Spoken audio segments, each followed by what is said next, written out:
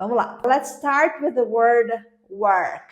Work. Eu falei workaholic, right?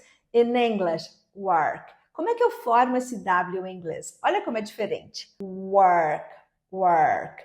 You have to have your lips rounded.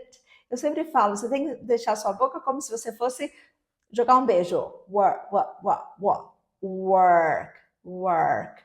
Você percebe que você não vai falar wind, surf, mas você vai falar windsurf, will, webcam. E aí você já faz esse W de uma forma diferente. And then, of course, what you're going to produce is a different sound. Will, would,